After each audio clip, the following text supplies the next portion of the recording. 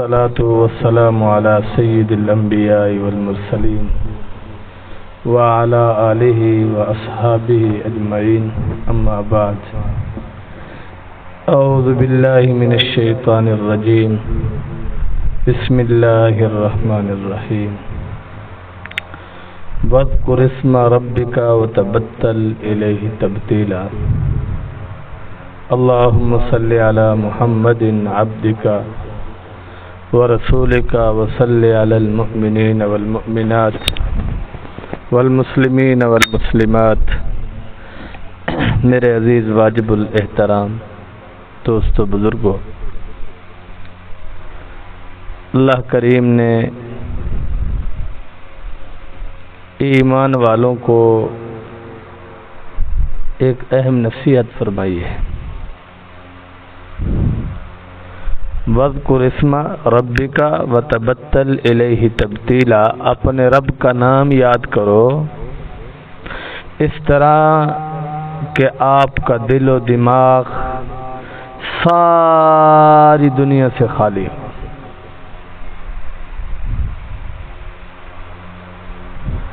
یعنی اپنے دل کی صفائی کر کے پھر اللہ کا نام لو۔ دل کے اندر غیر نہیں ہونا چاہیے۔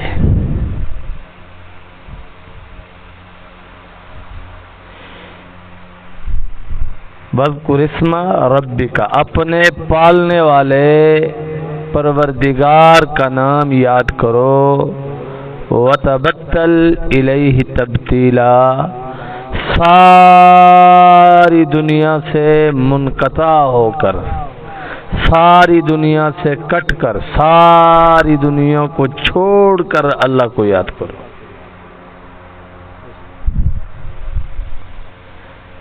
لیکن ہم کیا کر رہے ہیں؟ بیوی سے جدا ہو جائیں تو ہمیں بیوی یاد آتی ہے، بچوں سے جدا ہو جائیں ہمیں بچے یاد آتے ہیں، ماں باپ سے جدا ہو جائیں ہمیں ماں باپ یاد آتے ہیں، لیکن ہم اللہ سے جدا ہو چکے ہیں، ہمیں اللہ یاد نہیں آتا۔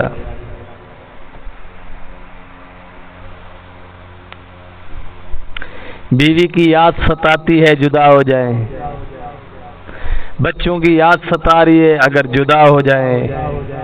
دوست کی یاد ستا رہی ہے اگر جدا ہو جائیں، لیکن اللہ سے جدا ہو کر پھر رہے ہیں۔ نفس اور شیطان نے ہمیں اللہ سے دور کر دیا ہے، تو اس پر ہمیں اللہ کی یاد نہیں آ رہی۔ حالانکہ اللہ ہمارے خالق ہیں، کہ ہمیں پیدا اللہ نے فرمایا، اللہ رازق ہیں، ہمیں رزق دینے والے ہیں، تو ہماری ہر ضرورت، ہر زندگی کی نعمت ہمیں اللہ نے دی ہے، لیکن اللہ کو ہم یاد نہیں کرتے۔ اور جو مخلوق ہیں ہماری طرح ہیں، جو ہماری طرح محتاج ہیں، ہماری طرح بیمار ہیں، ہماری طرح کمزور ہیں، ان کی جدائی پر ہم بلبلا اٹھتے ہیں۔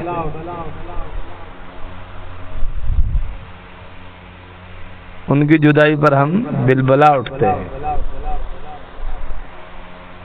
ہمیں ان کی یاد ستاتی ہے، بے چین ہو جاتے ہیں، بے قرار ہو جاتے ہیں۔ لیکن جس رب کے حکم سے ہمیں زندگی ملی ہے، جس کے امر سے ہمارے بدن کے اندر روح ہے، قل الروح،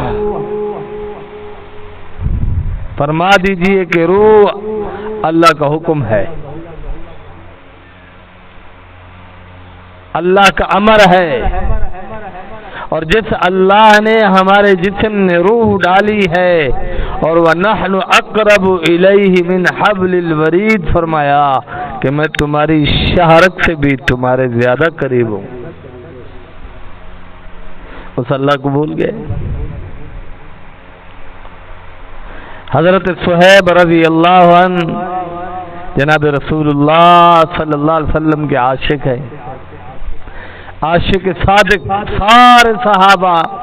حضور صلی اللہ علیہ وسلم کے عاشق صادق ہیں، سارے صحابہ. کسی ایک صحابی کے مقام صحابیت سے انکار ایمان کو خطرے میں ڈالنے والی بات ہے. ساری دنیا کے اولیاء، قطب الابدال، مفسرین، محدثین، محققین، فقہاء، صوفیاء، سارے زمانے کے اچھے نیک لوگ مل جائیں، ایک چھوٹے سے چھوٹے صحابی کے مقابلے میں کچھ بھی نہیں ہے، کیونکہ انہیں جناب رسول اللہ صلی اللہ علیہ وسلم کی ایمان کی حالت میں زیارت نصیب ہوئی ہے.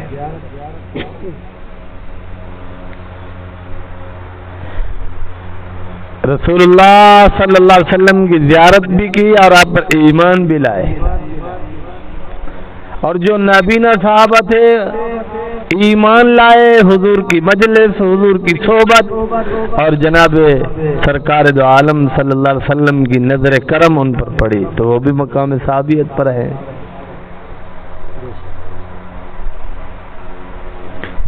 تو سارے صحابہ مقام صدیقیت پر ہیں، لیکن مقام صدیقیت میں سب سے اول نمبر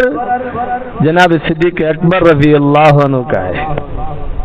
پہلا نمبر مقام صدیقیت میں حضرت ابو بکر صدیق رضی اللہ عنہ کا ہے. تو بہرحال حضرت صہیب رضی اللہ عنہ مکہ میں رہنے والے، روم سے آنے والے، مکہ میں رہنے والے، اور یہاں اللہ نے آپ کو عقل، فہم اور مال و زر بہت دے رکھا تھا. جب جناب رسول اللہ صلی اللہ علیہ وسلم ہجرت فرما کر مدینہ کی طرف آئے تو حضرت صہیب رضی اللہ عنہ کو جیسے علم ہوا تو انہوں نے بھی ہجرت کے ارادے سے سامان سفر باندھ لیا. ابھی مکہ سے باہر نکلے ہی تھے مدینے کی طرف تو کفار نے راستہ روکا کہ صہیب کہاں جاتے ہو؟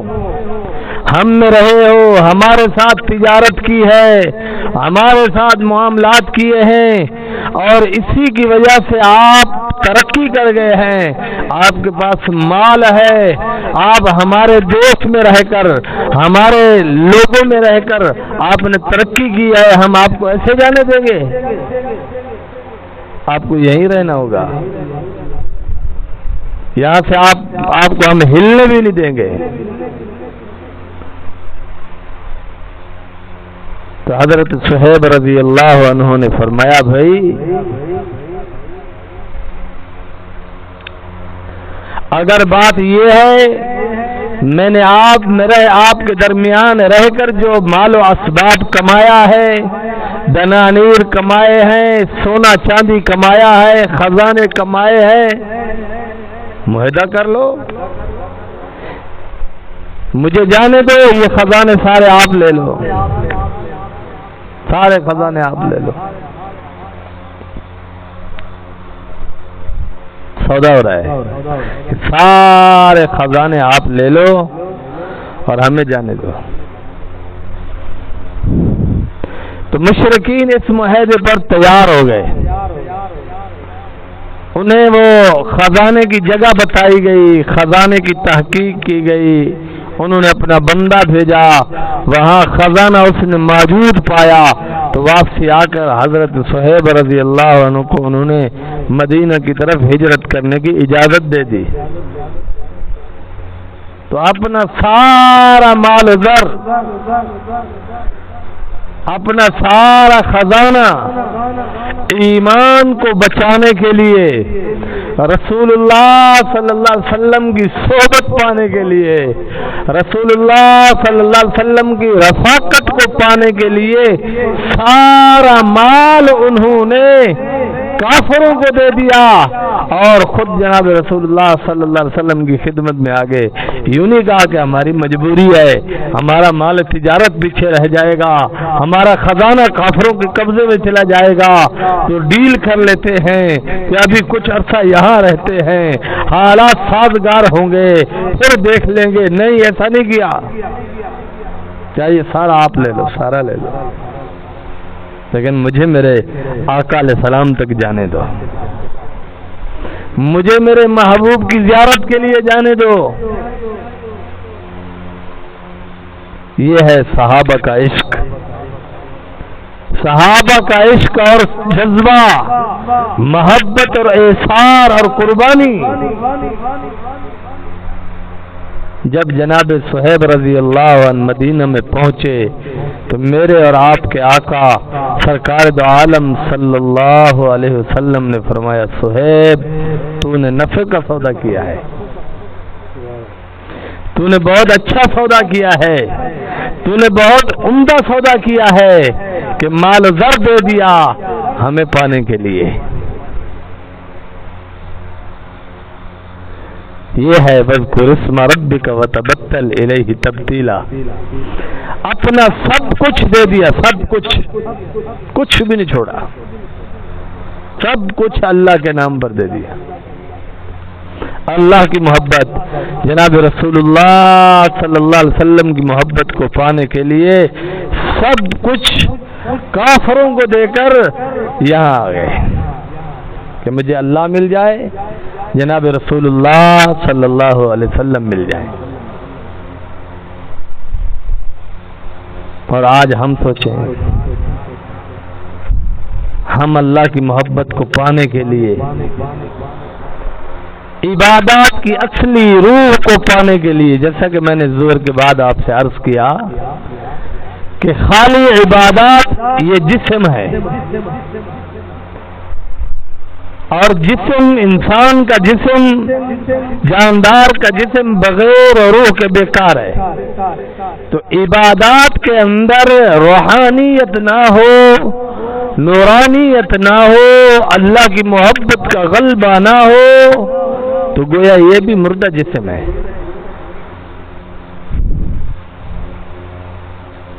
یہ بھی صرف خالی مطلب ہے عادات پوری ہو رہی ہیں، عبادات اور بندگی کا حق نہیں ہو رہا۔ ہم نے نماز پڑھنی ہے، نماز کی روحانیت، نماز سے جو حاصل ہونے والا نور ہے اس کو بھی اپنے دل میں سمانا ہے، سنبھالنا ہے، حفاظت کرنی ہے، اپنے عبادات میں نور پیدا کرنا ہے، نورانیت پیدا کرنی ہے، روح پیدا کرنی ہے۔ اور جب روح پیدا ہوگی تب ہمیں محسوس ہوگا کہ عبادات کا مقصد کیا ہے۔ اور یہ خانقاہوں میں اللہ والوں کے پاس آ کر اللہ اللہ سیکھنے سے ہوگا۔ جب تک اللہ والوں کے پاس نہیں آئیں گے، خالی علم ہمیں روشنی تو دے سکتا ہے لیکن روحانیت نہیں دے سکتا، نورانیت اور نور نہیں دے سکتا، جس کے ذریعے سے ہمیں احساس ہو، احساس، رشتہ احساس، محبت، جذبہ کہ مولا سے ہمیں محبت ہو گئی ہے۔ نماز کا مقصد، نماز کی اصلی روح کو حاصل کرنے کے لیے اہل اللہ کے قدموں میں آنا ہوگا۔ اوراق پر جو ہمیں علوم ملتے ہیں یہ نقوش علوم ہے، جو نور نبوت ہے، جو نور الہی ہے، ان کا تحمل پہاڑ نہیں کر سکے، آسمان نہیں کر سکے، انسان کا سینہ اس کے لیے تیار ہے، اوراق کیسے کر سکتے ہیں؟ انا عرضنا الامانۃ علی السماوات والارض والجبال فابین ان يحملنها وحملها الانسان۔ اللہ نے اپنا نور خاص اور خاص اپنا قرب جناب رسول آسمانوں پر پیش کیا، زمین پر پیش کیا، پہاڑوں پر پیش کیا، سب نے انکار کر دیا۔ وحملہ الانسان، تو مقام عشق پر پہنچے ہوئے جناب آدم علیہ السلام تھے۔ عاشق انجام نہیں دیکھتے، یہ دیکھتے ہیں محبوب کا حکم کیا ہے۔ جناب آدم علیہ السلام نے یہ نہیں دیکھا کہ کتنی بڑی امانت ہوگی جسے آسمان نہیں اٹھا سکا، جسے پہاڑ نہیں اٹھا سکے، جسے زمین نہیں اٹھا سکی، اور میں انسان ہو کر، ایک چھوٹی سی مخلوق ہو کر میں اٹھانے جا رہا ہوں، اٹھا پاؤں گا یا نہیں اٹھا پاؤں گا، یہ نہیں دیکھا، صرف یہ دیکھا کہ اللہ کا حکم ہے، بس اللہ کی مشیت اور ارادہ ہے۔ تو مومن بھی انبیاء علیہ السلام کے طریقوں پر چلتے ہیں، مومن بھی انبیاء علیہ السلام کی اتباع کرتے ہیں کہ انبیاء علیہ السلام کا ایک کلی پیغام لا الہ الا اللہ، سب نبیوں کا یہی پیغام لا الہ الا اللہ، کوئی نہیں ہے مگر اللہ۔ محرم چل رہا ہے تو حضرت حسین رضی اللہ عنہ کا بھی یہی پیغام تھا۔ جناب حسین رضی اللہ عنہ نے قربانی دی، آپ کے کنبے قبیلے نے قربانی دی، آپ کے لشکر نے قربانی دی، خون کا نذرانہ پیش کیا، کس لیے؟ لا الہ الا اللہ کا جو مقصد ہے یہ امت کو سمجھ آنا چاہیے۔ تقوی کے لیے جد و جہد کرنا، اسلام کی سر بلندی کے لیے جد و جہد کرنا، اللہ کی محبت کے لیے جد و جہد کرنا، رسول اللہ صلی اللہ علیہ وسلم کی شریعت کے لیے جد و جہد کرنا، یہ پیغام ہے جناب حسین رضی اللہ عنہ کی شہادت کا۔ وَاذْكُرِ اسْمَ رَبِّكَ وَتَبَتَّلْ إِلَيْهِ تَبْتِيلًا، انہوں نے اللہ کو یاد کیا، ایسا یاد کیا اپنے پروردگار کو کہ دنیا کے سارے سہارے آسرے سب چھوڑ دیے، مدینہ میں رہتے تو بھی ان کو کوئی تکلیف نہیں تھی، مکہ میں رہتے تو بھی ان کو کوئی تکلیف نہیں تھی، لیکن ان کے دل کے اندر اللہ کی توحید کا پرچم لہرانے کا ایک جذبہ، اللہ کا پیار، اس دنیا کو سمجھانا کہ روح والی نماز کیسی نماز ہے، جس نماز کے اندر روح پائی جاتی ہے وہ ایسی اعلیٰ نماز ہوتی ہے کہ میدان جنگ میں بھی جہاں موت سامنے نظر آ رہی ہو وہاں بھی روح والی نماز، نورانیت والی نماز، اللہ کے نور والی نماز ایسی ہوتی ہے کہ انسان کو کھینچ لیتی ہے کہ آئیے پہلے نماز پڑھیے، موت آتی ہے آ جائے۔ اسی حال میں اللہ کے حضور انہوں نے اپنی جانوں کے نذرانے پیش کیے، لیکن نماز نہیں جانے دی،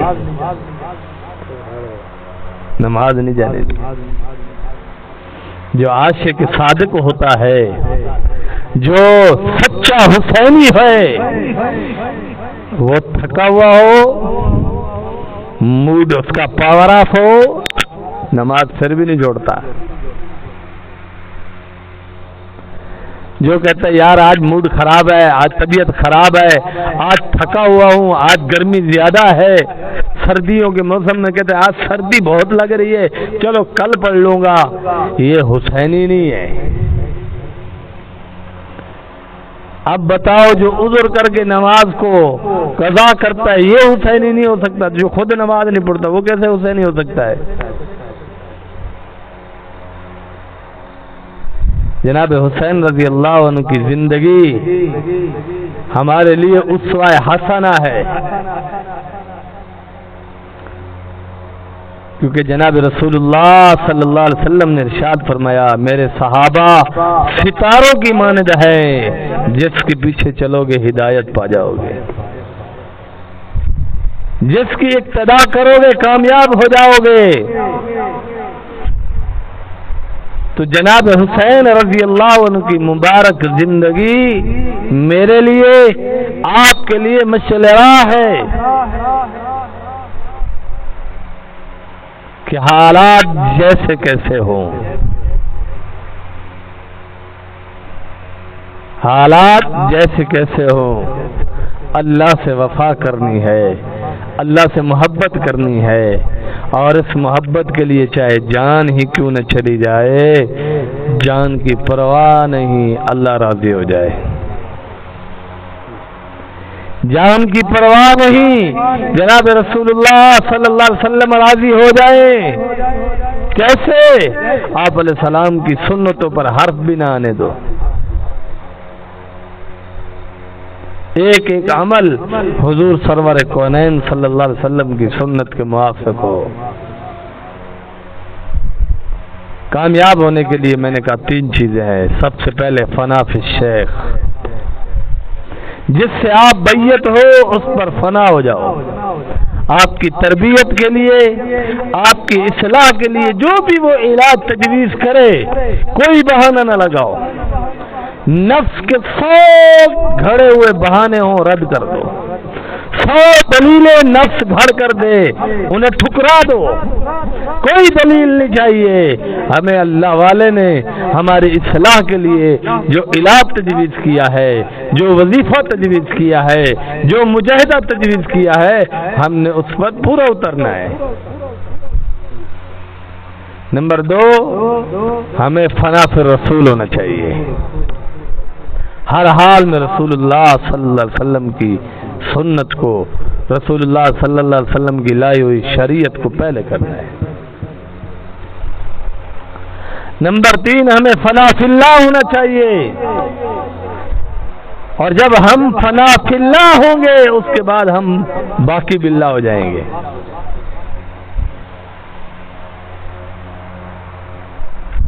کیونکہ اللہ باقی رہنے والی ذات ہے۔ جس مومن کی نسبت اللہ سے جڑ جائے، جس ایمان والے کی نسبت اللہ سے جڑ جائے، تو یہ بہت بڑے مقام ولایت پر پہنچ گیا۔ کوئی سودا نہیں، اب کوئی اس کو زوال نہیں، اب کوئی اس کو خطرہ نہیں ہے، اب یہ ہمیشہ ہمیشہ کامیاب ہوگا۔